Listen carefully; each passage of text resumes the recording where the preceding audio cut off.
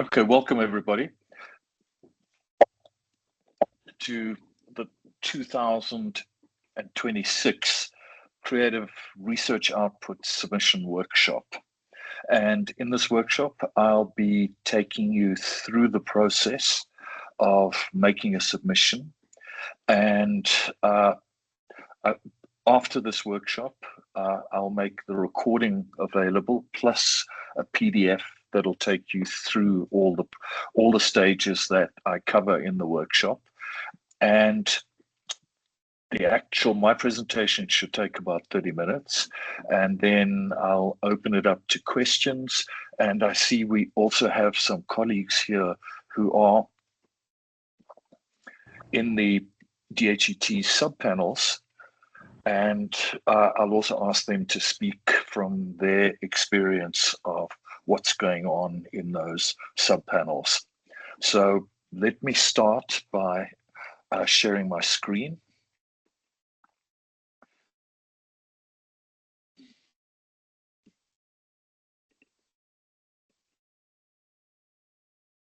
It's just being a bit pesky.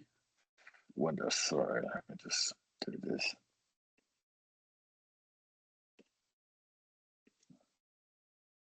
Okay, can everybody see my screen? Hello? Yes. Got Yes. it. Okay. Yes. Yeah, thank you. Yes. All right, so just some background.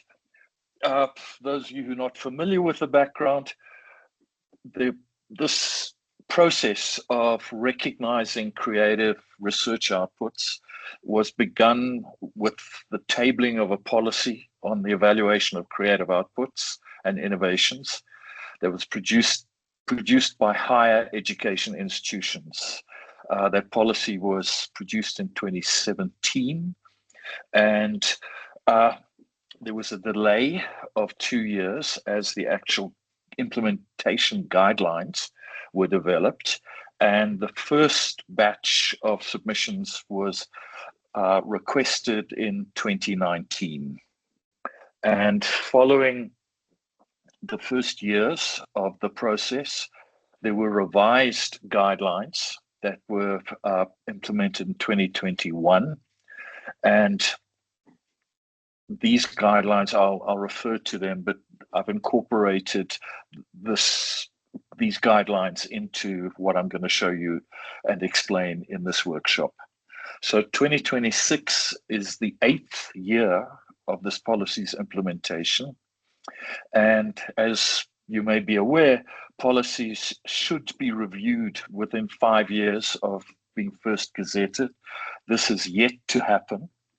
But I understand from the DHET, we had a webinar with them last month, that they are actively in the process of working on setting up the review. So what I'm going to cover in this workshop is, firstly, the collection and uploading of your documentation, the documentation of your creative work, to a Figshare folder. And then secondly, how you complete the creative output submission form. And the completed form should be submitted to our research administrator, Mr. Ian Burns. That's his email address below. So Figshare. Figshare, you may know, is a widely used open source digital repository.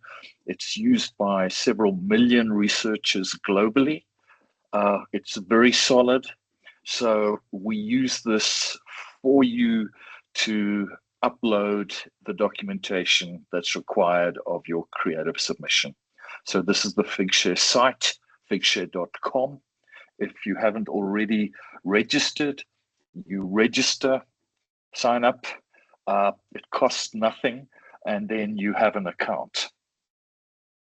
What documentation should you upload? So just bear in mind that your peer reviewers and the members of the various panels that will assess your submission but may very well not have seen the original exhibition or performance. So you need to ensure that your documentation is gives as good coverage of the work as possible. So collect together your documentation, photos, audio, video. Please use standard formats, JPEG, MP3, MP4. And as well as that, collect any critical responses or reviews of the work as PDFs, or you can just have URLs to those reviews. Although remember, this assessment process can take quite a long time, up to a year or 2 years. So the safest is to download those reviews, those critical responses, save them as PDFs, and then upload them to the Figshare folder. Just a point here, if you're submitting a book into the literary arts subfield, or a movie, a fully developed movie, or a television program, you need to upload the entire book or the entire film so that it is accessible by your reviewers. And this is how you need to go about creating your folder in Figshare. So you would log in. Then what you're going to do in Figshare, you'll see where I've put that red arrow, is you're going to create a new item. This is essentially a folder. So you're creating a folder on Figshare under your account. And then once you created a folder, this window will open up and you upload your files, your subfolders, if you've got a lot of material. And it's, again, keep your reviewers in mind. You need to make this as usable as possible. So don't load 1,000 photographs. Choose the photographs properly and then put them into folders. If the folders need to be titled to make them easier to use or to understand, then do that. So you upload all the material into the folder and then you save the changes. Then notice you're not going to publish the item.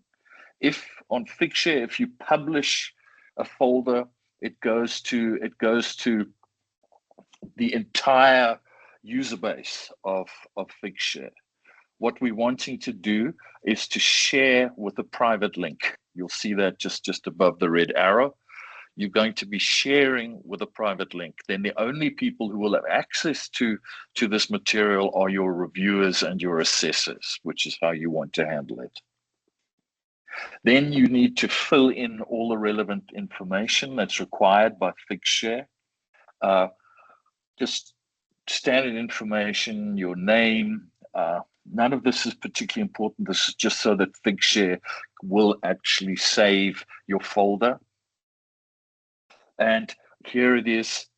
Finally, you share with a private link. Look at the black arrow there, and you copy that private link. Copy that private link, and that is what you're going to put into your submission form. And it's where your reviewers are going to be able to access your documentation. Then after you've got your material uploaded, all your documentation uploaded, and by the way, if you're submitting more than one piece of work, separate pieces of work, each one has to have its own Figshare folder with the relevant documentation in that folder.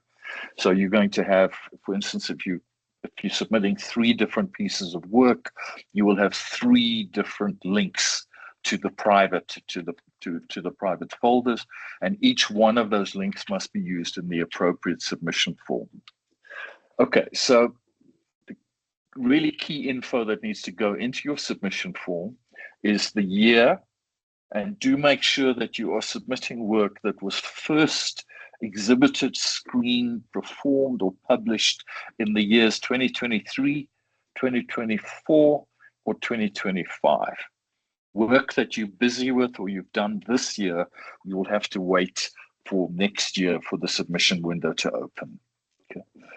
Probably the most important part of your submission form is what DHET calls the annotation by the applicant. This is where you provide the rationale for your work that explains and justifies how it functions as artistic research.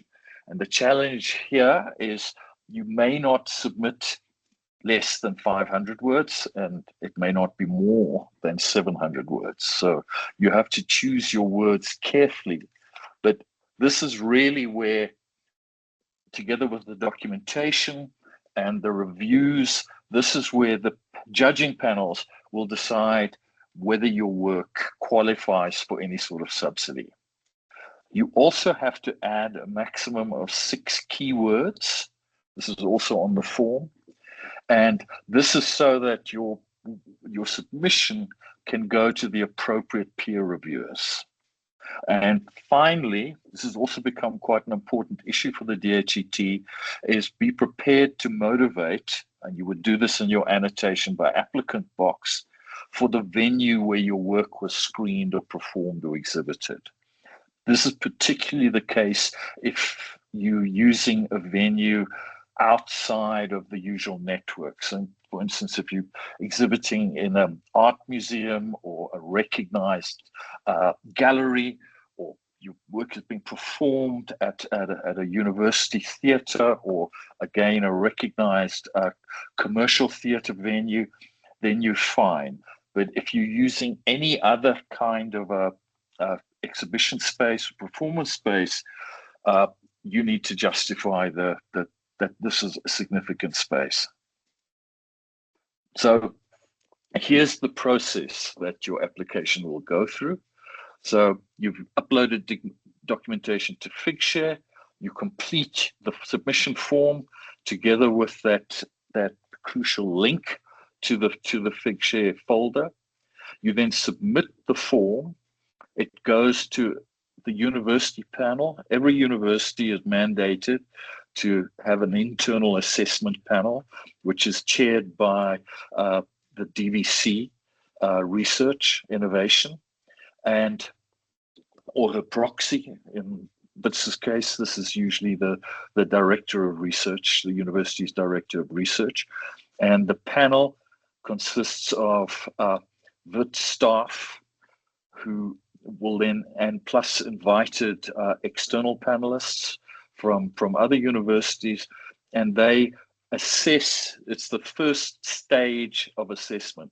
So your submissions are reviewed by this internal panel, and that if there's issues, your submission will be returned back to you with feedback, and you'll have an opportunity to revise your submission. So really, from the Wits side, we're looking to send through to the DHET the best prepared submissions that we can do. Once they go through from the Wits internal panel, they would have already received the peer reviews, which are handled by the DHET, and each submission is given to two different peer reviewers who have ideally have appropriate competence to review the submission. They submit their peer reviews. If you receive one positive peer review and one negative peer review, then a third peer review is requested. And if that's also negative, then you've got 2 negatives and your submission is declined. If the third peer review is also positive, then you've received 2 positive peer reviews, and your submission will then go through to the DHET subpanels. So the subpanels are organized into these categories. We have a design subpanel, which handles a very broad range of just creative research in the area of design, everything from website design to architectural design to jewelry design to book design. Film is, as you would imagine from the title, is film. Theater is covering all forms of theater and live performance. Music, similarly. Literary is literary arts. That is novels, short stories, creative nonfiction. And notice here, single stories published as a chapter in a volume are not acceptable. It has to be either a complete collection of short stories, a collection of poems, published collection of poems, a published novel, or a published nonfiction novel. Television, similarly, is what it says on the box. And fine arts, which is in a way become the subfield which is most open to interdisciplinary work, because you'll notice absence here of, firstly, interdisciplinary work, digital art. So these are generally covered by the fine arts subpanel. Then once they reach the DHET subpanels, they are then subject to final assessment. And in this final assessment, they are either rejected entirely, which is fairly unusual, or they're approved, and the points, the subsidy points are allocated. And once that's done, these are then processed by DHET, and usually a year to 2 years later, the university receives the assessments together with a report from the DHET. And I think a really important innovation here at Wits, for which we can thank our previous director of research, Dr. Rob Drennan, is creative outputs, if they pass the Wits assessment panel, and they've received 2 positive reviews, they are then granted rapid rink in the year immediately following when they submit it. So that means, and a rapid rink, in other words, they treat it in the same way as published journal articles, and you will receive for your submission the equivalent of one subsidy point as rapid rink. Just to note, the DHET comes through with specific recommendations annually, and for 2026, they ask us to take note of the fact that you have to choose a recognized subfield. And I'll discuss that now when I take you through the submission form. And creative outputs that fall outside the scope of the policy they're immediately dismissed, and they're not even considered for subsidy. And it's also really important, I've been stressing this, that in your annotation, that's that 500 word to 700 word, that you demonstrate scholarly rigor, and that it has a framing statement that clearly articulates the scholarly aspect of the creative research process. Also, what the DHET have stressed this year in the May webinar that we had with the DHET is that they've become aware that work being submitted by research associates has become problematic in the view of the DHET.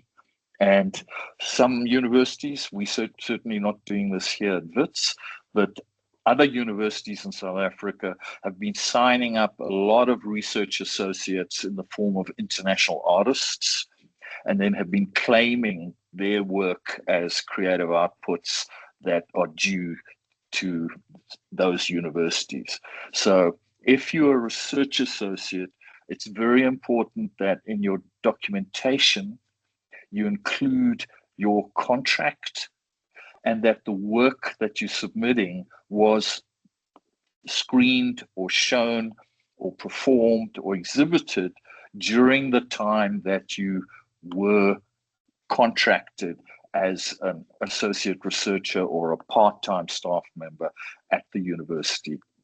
Okay, that is really important. And in addition, the DHET is starting to demand that the creative works presented or submitted by research associates demonstrate in their annotation that the work was either produced at the university or had some direct link to the university. In other words, it was marketed by the university, or it was otherwise very closely, its production or its exhibition or screening or performance was very closely associated with the university. So just to recognize that there are lacuna in the current policy, a huge issue, this has been going on now for 8 years, is that curatorial practice is not recognized in the policy. And any submissions that smack of curatorial rather than original creative work will be instantly dropped. The DHET has acknowledged that when they revise the policy that they need to recognize curatorial practice, but in 2026 it is still not recognized. Also, translation is not recognized as a creative category. Commissioned works are not recognized. This is very problematic in that in a lot of areas of work, it's very difficult, like for instance, to make a film. It's very difficult to produce a work without a commission. But the word, you just need to be careful how you phrase it. Do not use the word commission anywhere in your rationale, or it'll instantly attract negative response from the DHET. And also, editing, as in an edited collection of short stories, is not recognized as creative practice. Okay, I'll ask some of the colleagues to who are in the subpanels to comment on this. But firstly, I want to just take you through the 2026 submission forms. I've just got to dig it out. Let me stop sharing. Are there any questions at this point? Yes, Ian, your hand's up. Ian, is that your hand up? Yeah, a couple of corrections. The number of keywords which you can put in the motivation is up to 10, not up to 6. The DHET have said 10. Sorry, yeah, they've gone up to 10. 6 was, they actually stole the whole idea from us. We used it last year before they had thought of it, and we said 6. So it's 10. I stand to be corrected, but I don't think they ever award 1.5 points to an output. I think it's 1 or 2. No, to my knowledge. No, that's 0.5, 1, and then 2. Then there's a jump to 2. Yeah, I think that's right. And again, I speak under correction, but I think the rapid rank gets paid out as soon as the internal screening panel recommends the work for submission to the DHET. To my knowledge, we don't wait until we have the external reviewer reports before we pay out. Okay, but it's paid out in the same as a journal article that's published in that year. It's paid out immediately in the sort of February, March, the year following. I thought it was sooner than that. We haven't got a rapid rank for okay. And also, the good thing about rapid rank is that it's paid out, and if the final adjudication by the DHET is for more than 1 point, then the balance gets paid out when the results come in. And if the DHET awards it nothing, we don't come and take the money back. So these were just okay. Yeah, it's a very generous system. If I could just to fill you in, we've heard back on our 2024 submissions from the DHET, and then in 2024 we made a total of 24 creative outputs were submitted to DHET. Obviously, these had gone through the internal Wits panel. All had received rapid rank of one point each, but at the DHET level, 19 were approved and 5 were declined. 5 were declined. So even though we assess them at the Wits level, they can still be declined at the final DHET gate. And the most common grounds for submissions being declined was that the creative outputs do not demonstrate new research insights. The DHET is putting a lot of emphasis on the fact that these submissions have to be presented as research that produce either innovations in terms of new forms of practice or actual knowledge production. So, Brigitte, a comment. I was about the rapid rink from 2025 that never materialized. I think you need to follow up directly with the research office. Yeah, they're not responding. I think walk around, go and see them, or write directly to the director of research, Prof Bowman, because you should have received that. I mean, I've received my 2025 rapid rink for creative output. Angus, and then Sandra. Hi, Krista. Thanks for that. Just with the thing with digital arts, I'm assuming we already have a plan to when the Department of Higher Education does do their review to actually put that forward in, so it's not neglected again in the next step. Definitely, yeah, okay. That and curatorial practice. Studies, yeah. But when I go through the submission forms, I think there is actually now quite a lot of space under fine arts and also under television for work that we would call digital arts. Okay, Sandra. Thank you. Sure. Yeah, just to echo what Brigitte said, in the architecture department, none of us got rapid rink. So we actually thought the issue was systemic. But if you say in the arts that you got your rapid rink, then I'm not sure who we go and speak to. If I can come in there, as I understood it, it was in fact as Christo explained it. So I got rapid rink for one because only one of my things was also got positive reviews. So the rapid rink wasn't paid automatically. If it had passed through Wits, it was only paid if it also got positive reviews. So if you haven't got, yeah. Apart from one Wits staff member, all of them had positive reviews. All of them went to the sub panel. So in theory, 3 staff members should have got rapid rink. We got letters saying we would get rapid rink. It never materialized. But it's fine. I'll follow up again. I think you must just follow up. It sounds like it's quite possibly that's happened at the faculty level, that the payment hasn't gone through, because the rink accounts were maintained at faculty level. So it was, if you got the letters, it was obviously authorized from the research office, but it sounds like you should probably start with your faculty finance administrator. Okay. All right. I'm now going to just take you through the revised submission forms, which are Nosifo, sorry, do you want to make a comment, ask? Yeah, I just posed my question in the chat, which is about feedback on audio, sound, podcasting work. Okay, let me. This has been a question. The difficulty is most podcasting is essentially journalistic or educational.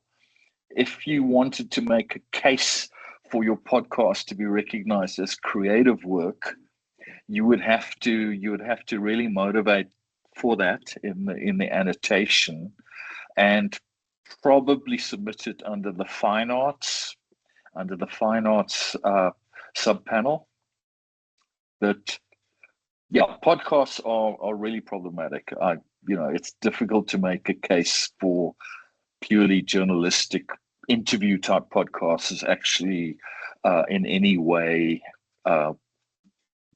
deserving recognition as creative work, in the same way that straight journalism doesn't get recognized under this policy. Does that answer your question, Nasipa? Yeah, it is answering the question. It is frustrating, but yeah, because and I speak as a podcaster myself. I mean, at the university level, we were informed that there was some kind of policy in the works, and that was, I think, over a year ago. and there's been nothing else. And I know that there is a parliamentary subcommittee on the regulation and working on podcasting, as trying to find some kind of framework for not just podcasting, but video essays and all that kind of work. But I'm just curious, where is the movement on that? Because I think there's strange thing happening there. So it'd be great to get some kind of information about who's working on that and where that's ended up. Yeah. Okay. What we were told in May is that, yes, they are working on a policy revision, but at this stage, there's no word about when they're going to call for inputs or anything like that. So I think we just have to, stay in touch with the DHET, and just as I said to Angus, as soon as there is an opportunity to make input, which we want to do around curatorial practice and a couple of other disciplines, such as digital arts, then that would be the time to do it. Stacey.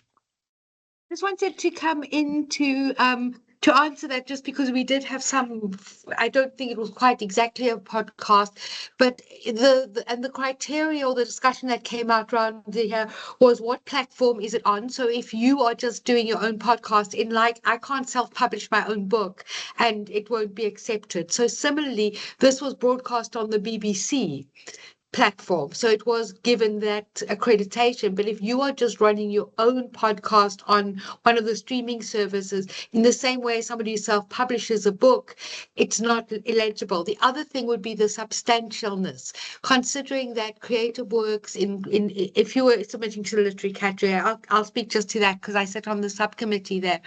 So I can't write a story and have that accepted. It has to be a full work of art. So, a full book. So it has to be a novel or a full collection of stories, a full post. So if you were submitting podcast, you would need to show that it was one cohesive body of work that was sufficiently sizable. So one podcast or even just two podcasts, it just doesn't match up in the expectation of the amount of work that one thing. So I would say that, the way to think about it was you would have to think about it as putting together a substantial body of work, and it would have to be in some way broadcast on a platform that was recognized.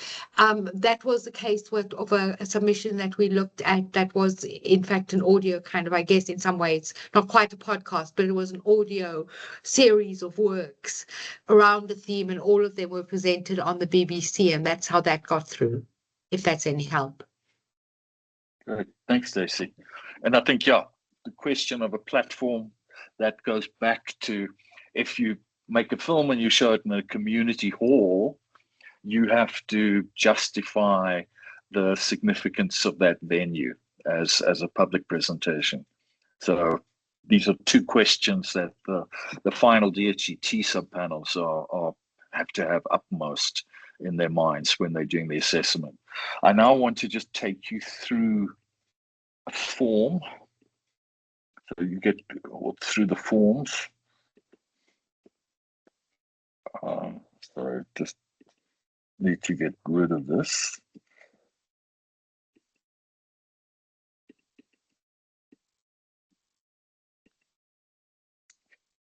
Here are the forms. Let's start with fine art.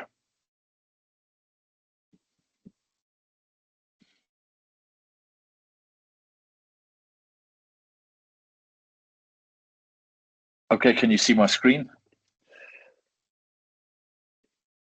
Here's the form that you would fill in under fine arts. And as I was mentioning, fine arts is actually, a lot of categories have now been added to fine art. And this is probably your best bet if you're working in animation, if you're working in software art, multimedia, online art, video art, and there's even a category other. So fine arts is the most open category of all the subpanels. So you have to select, or in the case of this fine arts, state what subfield category you're submitting. This also, of course, affects the choice of the peer, or the allocation of the peer reviewers, the kind of output. And please note, obviously your documentation that you're uploading to Figshare is digital, but the question here is, how was it actually presented publicly? In what was it, either digital or physical? Then the title of the work, the year of the first exhibition, that's that 3-year window that we're dealing with. Notice the DHET can get very sticky about this. We've had people who've submitted work, in their view it was substantially revised new work, and it's been rejected because an earlier version of that same work was presented years previously, and it wasn't accepted because it was seen to be a resubmission of the same work. And then the date when it was first made public, that's the screening, your premiere, if you've got a screening, your exhibition dates, or your performance dates, the name of the location. And this is a new edition that you can submit work in any of the official languages. And I think also, I know Ian queried this, even if it's not an official South African language, for instance, if it was done in French or perhaps in Spanish, that just has to be noted. The language has to be noted. Then you have the section where you would be putting in the URL, your Figshare URL. If you've got reviews in there, you can also, as I mentioned, just have the links, the URLs where the reviews have been originally published, but that can be risky if they are likely to disappear in the time that it takes to process your application. Then here's the really crucial area. It's your annotation from yourself as the creative. What they're looking for is a brief overview of the output. Very important, the research context behind it. This is creative research outputs. So it's not just doing a creative work. It has to be grounded in some form of inquiry. And then a clear definition of the problem statement, key research questions, the primary objective of the study and the creation, and an explanation of the methodologies, including the conceptual and scholarly framework in which your reviewers need to look at your work, how it should be received. Then the public profile, and finally up to 10 keywords. The recommendation is between 5 and 10 keywords, and this will be used to allocate your peer reviewers by the DHET. It's an automated system, so make sure you choose your keywords in a way that they really do accurately reflect what your submission is about. And Ian Burns has submitted very helpful how to check your word count. Best do it in a Word document, and then cut and paste it into this form. If you received any awards for the work, they go in there. And then here is the actual URL for the Figshare. It may be the same one that you've got your critical reception in if you've uploaded those in the form PDFs. But this is your Figshare folder, that private folder that you've already created that has all your documentation in it. Question about ethical clearance. Most times with artworks, you would say no. If you did go through an ethical clearance process, you say yes, and then you are obliged to give a clearance certificate number. Then a really also important issue in terms of the DHET, was this work part of a PhD or master's? If it was, it's likely to be rejected. You can, if you feel the work is substantially developed since it was submitted as part of your PhD, for instance, PhD by creative work, then you argue for that case, okay? And what they want there is they want a hyperlink to the original thesis in the university library. So generally, what you should take away from this is that it's not worth trying to submit creative work that's already been submitted as part of a PhD or as a master's. And for the same reason, the DHET will not consider any creative submissions coming directly from students. Their view is that they're already subsidizing such work and they're not going to double subsidize anything. Then finally, you have, I think this is pretty open or shut. This is your contributor details, the usual race and gender classifications that you have to tick off. Then country of birth, ORCID number. Strongly recommend that you have an ORCID number and that you put that in. Your highest qualification. This goes back to your employment status. If you're permanent, you're fine. But if you're in any of the other categories, contract, visiting scholar, I don't know why they have student there, or deceased, by the way. I'm not quite sure who's going to be applying as a deceased person. But this is where you will need to include your contract, if you're a researcher, or your appointment letter, if you're an associate researcher, or your contract, if you're any sort of temporary staff member. Okay. Employee number, very important, so they can check up on that.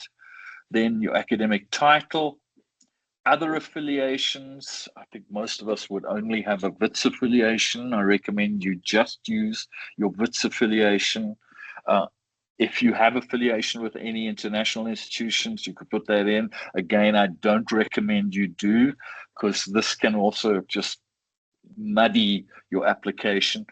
Last thing I want you to be very aware of is the percentage of the output made by you, this contributor, with this particular creative submission.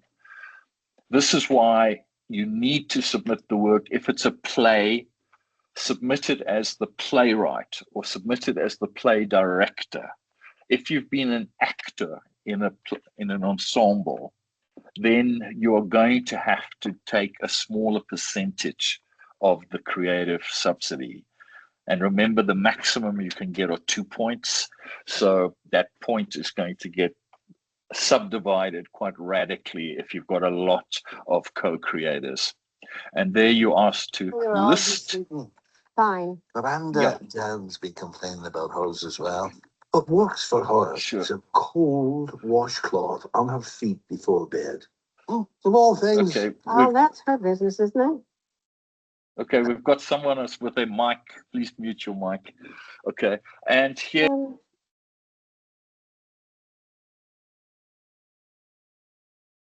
Christo, you've muted your mic.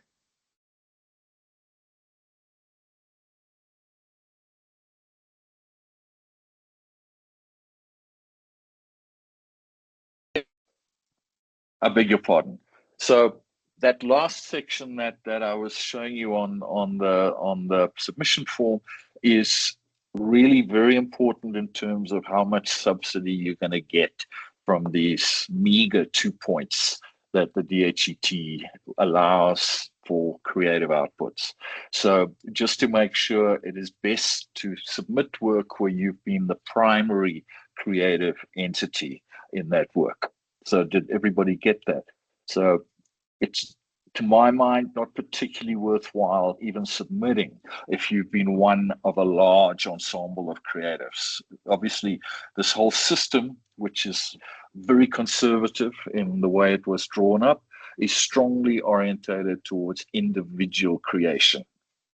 Workshopped creations are really going to get very, very low, if any, subsidy out of this process. Okay, so that's an example of the submission form.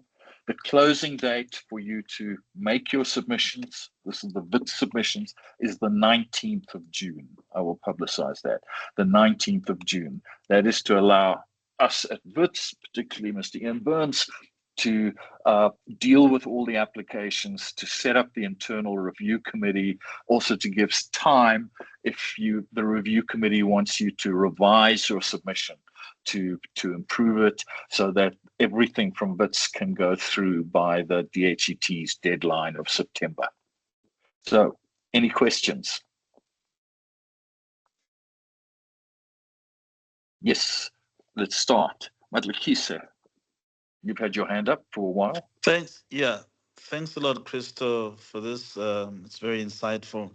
I didn't see on the documentary one. And then the second part of the question is, when you're directing a piece of work which is which obviously has an editor, a cinematographer, production designer, but you're directing, how does that work? Because it is an ensemble of creatives that you are with. It is. And you are pretty much the anchor decision maker in as far as the creative output. How does that work? Then you submit. You'll see under television and film and the theatre, you actually have the tick boxes at the top give you the categories under which you're submitting, and you would just tick director, and then that's how you would you'd be submitting for recognition as the director of that project. If you've been the editor, you would submit as the editor of the project. That's your creative output. Copy that. And challenge then does comes. Documentary? Did I Documentary? Do you have documentary? Submit, yeah, you submit as the director of the documentary, the editor, or the cinematographer. Okay, thank you. So there are those categories that you can submit under. Okay, and you will share, right, this whole presentation. Thank you. Absolutely. I'll do that. Appreciate and a PDF taking you through. Sure thing. Yeah. Zen. Hi, thanks, Christo. I just wanted to underline a couple of the points from your presentation. And this is coming from my experience in the Fine Arts Subcommittee panel.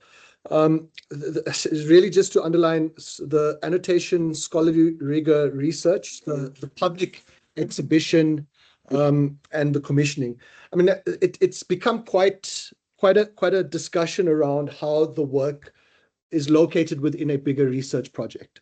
And I think that can be understood in a couple of ways. One, it's understanding the policy, that the policy is about creating or subsidizing research as opposed to commercially kind of located work. So I think there's an importance in the annotation in showing how and there I guess it's the things that we go to all the time: the theoretical framing, literature review, and the methodology. How does it fit within a research trajectory or discipline, and how does it expand on that? And I think that's something very important for people to spend some time on, because at least in fine art, that was interrogated quite rigorously, and things were sort of excluded based on that. In terms of public exhibitions, there it's not just the sort of the credibility of the space, but there is a principle of how does research generate more research? How does research feed and catalyze a research economy or a research space? So there it's about how are people seeing this? How are people able to access the work in order for it to have an impact? So I think in terms of the public exhibitionness of it, I think that's something to be quite clear about, that this is something that is generative in that sense. The last point on look, commissions, I think, correct me if I'm wrong, are not acceptable. But I think that there is a gray area there, because anyone who does anything in the arts receives some kind of funding at some point. And I think we've had discussions there about, projects that are like quite higher levels, showing at the Venice Biennale with multiple governments and councils subsidizing it. And then the question is asked, well, why should the South African taxpayer be subsidizing something that, the Biennale and the British Council and whoever has bankrolled? So I think that there is something to think about in terms of how does the work become, and how does it get out there? And it's to be quite clear about the sort of because I think for us there were a lot of questions in those subcommittee discussions where we were not sure if this was appropriate or not. And in fact, the policy is not that clear, but you're going to get a group of people sort of discussing whether this is a commission or if this is double dipping or if there's something sort of to consider there. So I think in the appropriate place of the form, and I think that's the annotation, to speak to and clarify how that worked, especially if these are sort of modest subsidies and grants that people have gotten, that they should not be discounted on that basis. So even if something gets a high visibility, that doesn't mean that you're making profit out of it, or that the funding structure there is that luxurious. And I think really the point there about accessibility and continued accessibility is important, that it really is, it does help if the work is available in some kind of a way. Similarly, like a book or a journal article, researchers in the future can access it, and it's generative. And I think if that work is accessible going forward, I think that's a very strong kind of part of an application, so that further researchers can access it. So just some feedback from my side.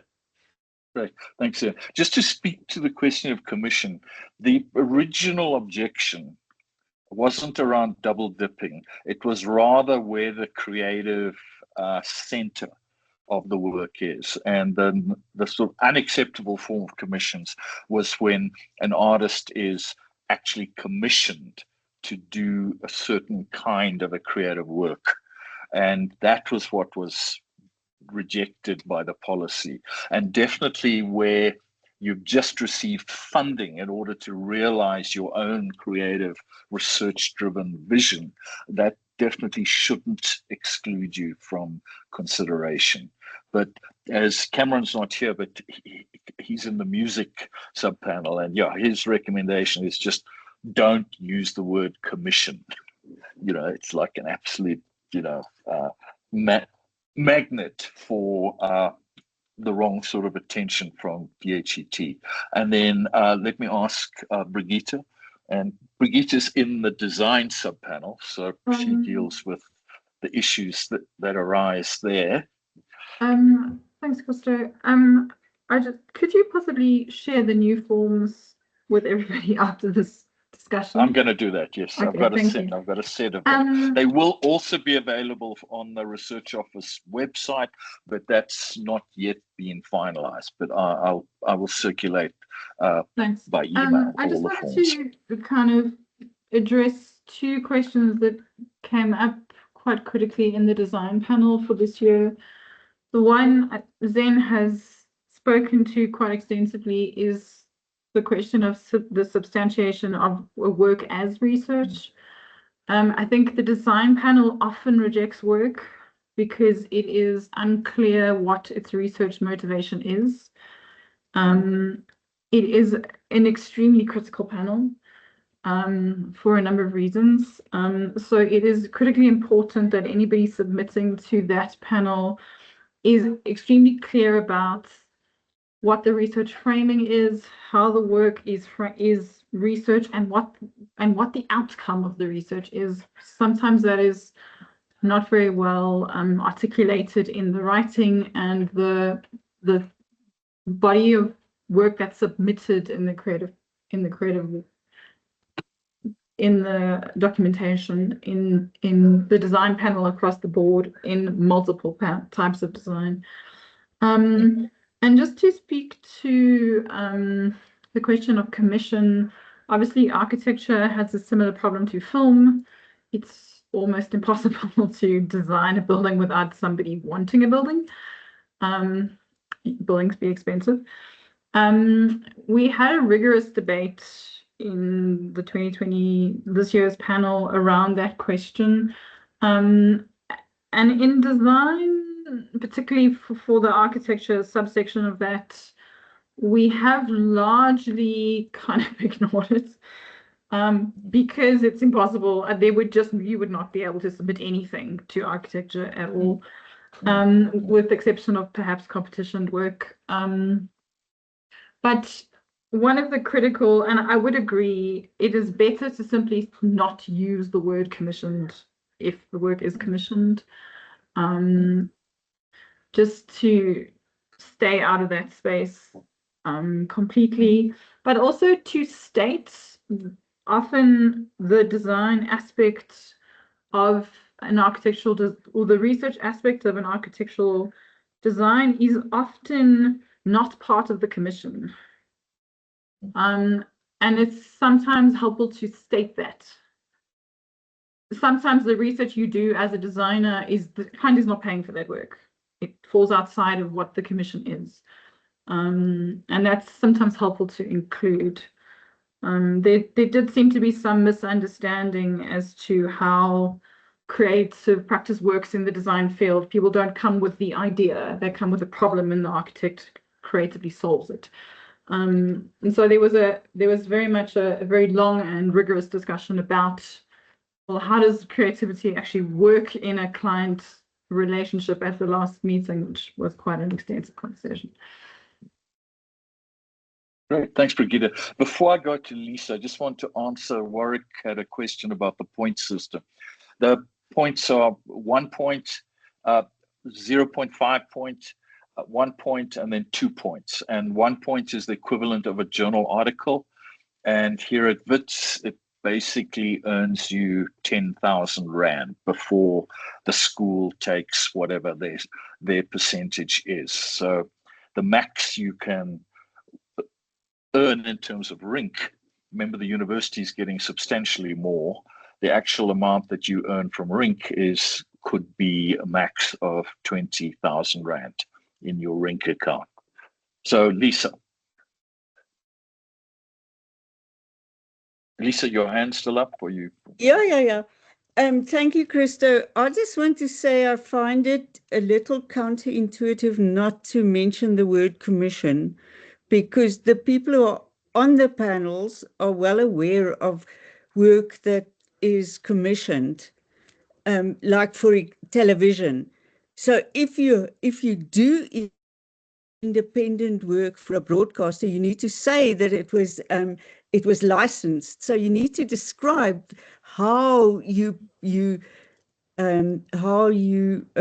actually went about getting your work done. And I think something that I will take on this year or next year is film and television are really not the proper labels for how we want to look at audiovisual work. So I think that's something we need to think about as peer reviewers and work on that for the future. Thank you. Thanks, Lisa. Yeah, there definitely is increasingly urgent need for a revision of the policy and the reconsideration of categories, and hopefully this issue of commissioning, which, you cannot do architecture or filmmaking without other people putting money in. So that has to be addressed. All right, I see we've come to the end of our time. I don't see any more questions. Just to remind you all that you have until the 19th of June to make your submissions. I will circulate all the news. Please use this year's submission forms, which have got these new categories in for language and keywords.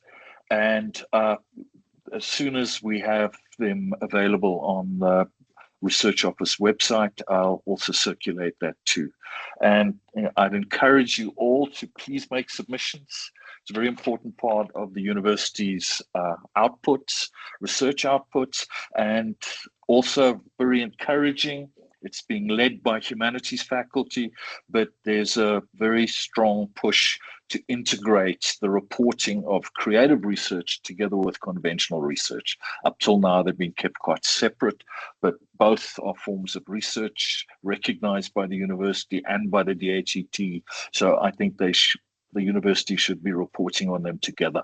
Akona, did you have a point? Hi, Christo. Thanks for taking my question. I just have somebody else just wanted to ask a question quickly. I'm asking on their behalf, but is work that's performed outside of South Africa also included in creative outputs?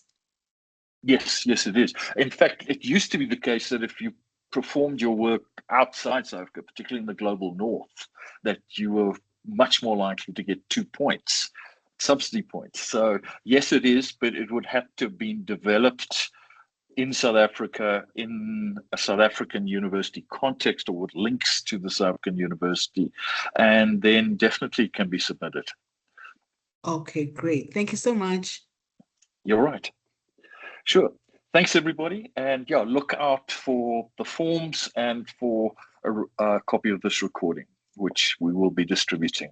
So good rest of the day to you all. Thank you, Christo. Thanks so much, Christo. Thank you. Bye-bye all. Bye.